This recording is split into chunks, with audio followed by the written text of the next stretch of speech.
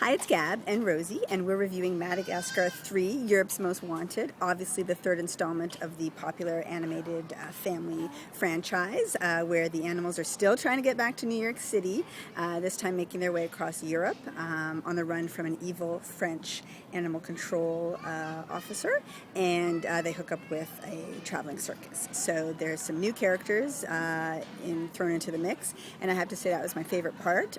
Two new characters in particular, the evil French officer, female, voiced by Frances McDormand, was a lot of fun, yes. And I also liked the Italian sea lion, voiced by Martin Short. So you've got some new characters that you care about, and the returning characters are great. Obviously, there's a successful chemistry and equation with the characters and their adventures, and so it's the same old thing, but the story continues in a nice way. It doesn't feel forced. The new locale, the European locations, I really enjoyed the way that they were captured with the animation. And of course, the circus element lends itself really well to this colorful, playful kind of film, and the 3D obviously as well. So it's fun. It is what it is.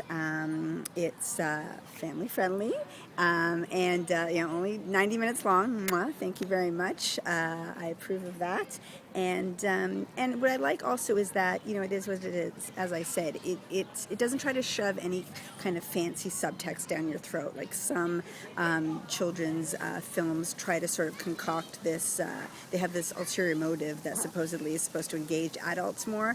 Something like Lorax with an environmental message. You don't really need any of that. The message of this film is, home is where the heart is, and don't be afraid to see the world, and that's perfect. That's just right for the intended audience. But speaking of the intended audience, I have to say, obviously I took Rosie, and she's a little bit younger than the target demo, but we were surrounded by, age 6 to 10-year-olds, and they were a little bit antsy. I thought that was interesting to note, that they weren't totally engaged with this story and with this world that was on the screen, and I don't know what that says about either the film or about kids today, but there was maybe something a little bit lacking. But as a parent, I think that it was just right for summer movie, and obviously this past premiere weekend at the box office, it was a huge hit, and it beat Prometheus, which is kind of the polar opposite of Madagascar. So there is obviously an appetite for these films, and rightly so. It hits the spot. So I would give Madagascar 3.5 Gabs, and I recommend it for families over the summer. And thanks for watching. Say bye, Rosie.